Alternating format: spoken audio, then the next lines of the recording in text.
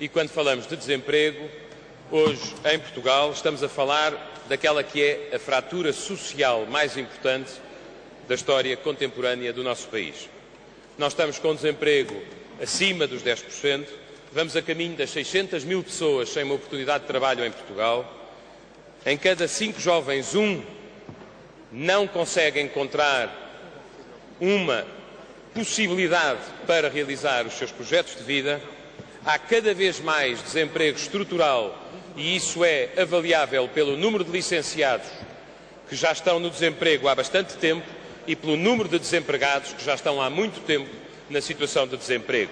Não há, neste momento, nenhuma região do país que escape à tragédia social que é a continuação do aumento do desemprego. Fundo da política do Governo em relação ao desemprego. É um erro que ficou expresso num cartaz que ficou famoso. Vamos criar, dizia o cartaz, 150 mil postos de trabalho.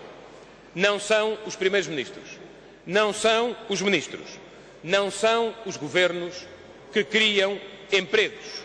São as empresas que criam oportunidades de empregos em Portugal. Metido 150 mil empregos, o que tem hoje são 150 mil novos desempregados.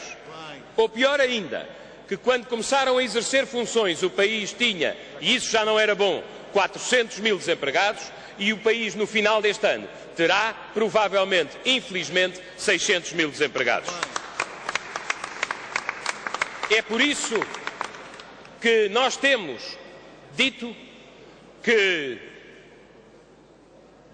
ao fazerem do Governo uma fábrica de empregos, que depois, obviamente, não se confirma, a vossa política acaba por ser uma fábrica de desempregados.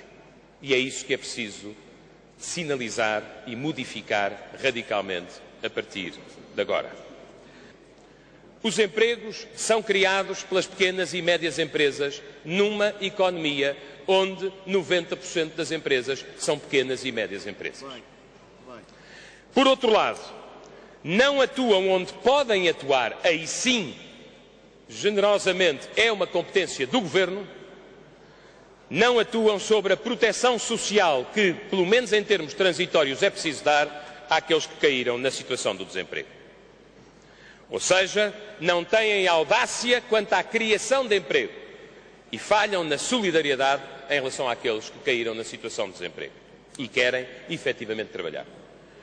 Gostava de salientar, Sr. Presidente, Sr. Primeiro-Ministro, Senhoras e Senhores Deputados, que este erro teve outras consequências e quero vivamente aconselhar o Governo a adotar como atitude não anunciar o que depois não acontece. Não prometer o que não é cumprível. Evitem anúncios, mas retifiquem políticas. O melhor exemplo disto que eu vos estou a dizer aconteceu esta semana com o chamado Plano para o Investimento, ou Iniciativa para o Investimento e para o Emprego 2009. Senhor Primeiro-Ministro, Senhor Presidente, o Governo prometeu apoios à manutenção do emprego dos trabalhadores com mais de 45 anos, anunciou 513 mil trabalhadores apoiados. Qual é o resultado? 194 mil. Há uma grande diferença. O Governo anunciou apoio à contratação de jovens. Anunciou 20 mil. Qual é o resultado? 8 mil. Há uma grande diferença. O Governo anunciou apoios à contratação de desempregados de longa duração. Anunciaram 8 mil, quantos foram apoiados? 1.335. Há uma grande diferença. O Governo anunciou apoios à criação de empresas que contratem desempregados, anunciaram 3 mil, efetivamente verificaram-se 15. Há uma grande diferença. Não vale a pena prosseguir nesta linha, Sr. Presidente, Sr. Primeiro-Ministro, Srs. Membros do Governo. Os senhores que pretendiam abranger e tal anunciaram e tal prometeram e com tal se comprometeram, e as pessoas têm memória e algumas delas tiveram esperança, os senhores anunciavam mais de 500 mil trabalhadores apoiados. Objetivamente, 370 mil não sentiram qualquer sinal desse apoio. Os senhores não se enganaram em 370 mil desempregados. Os senhores iludiram 370 mil famílias para quem as vossas medidas não chegaram. E essas famílias, Senhora Ministra, não são um estoque, são famílias que têm orçamentos, que têm dificuldades e que neste momento são os que vivem com maior dificuldade em Portugal. E é por isso que não vale a pena anunciar para 2010 como política para o combate ao desemprego a mesma política de combate ao desemprego que o Governo teve em 2009 e que em grande medida fracassou, embora a Senhora Ministra diga que fracassou por um problema de comunicação.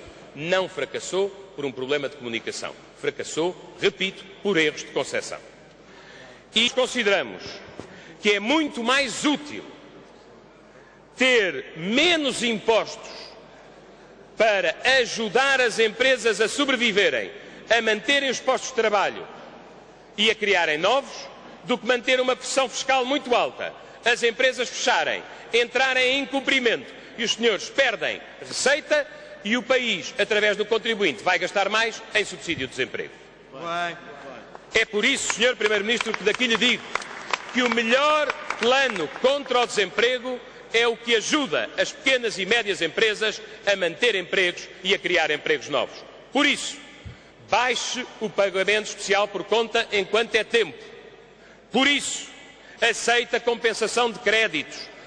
Quando há dívidas do Estado às empresas, não faz sentido nenhum penalizar essas empresas que, por sua vez, entram em incumprimento com o Estado.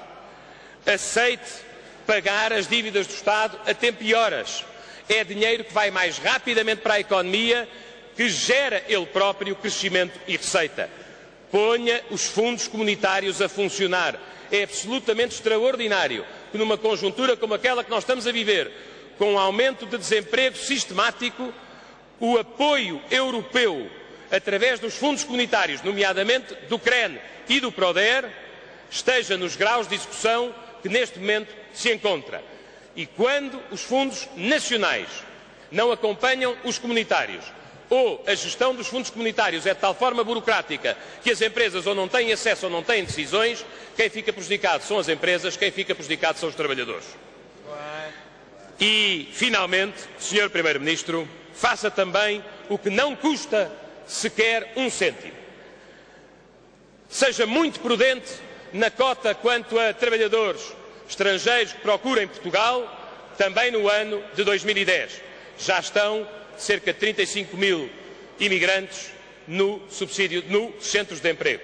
E isso quer dizer alguma coisa. A ideia do remanescente, Sr. Primeiro-Ministro, é mais inteligente financiar uma oportunidade de emprego que seja um contrato sem termo do que estar a financiar a continuação de uma pessoa no desemprego. Dê esse estímulo às empresas.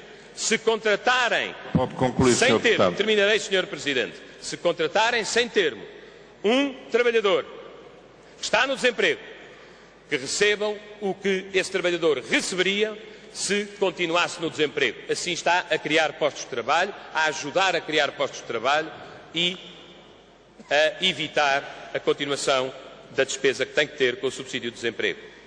E, finalmente, também sem custar um tostão, Sr. Primeiro-Ministro, obriga os serviços da Administração Central, da Administração Regional, da Administração Local, todos os serviços do Estado, quando abrem um concurso, nem que seja para uma pessoa, contactarem todos os desempregados licenciados e inscritos nos centros de emprego nessas regiões, fazer um concurso aberto, dá uma oportunidade a quem está no desemprego e tem mérito e evita o direito à cunha que se está a estabelecer na nossa administração.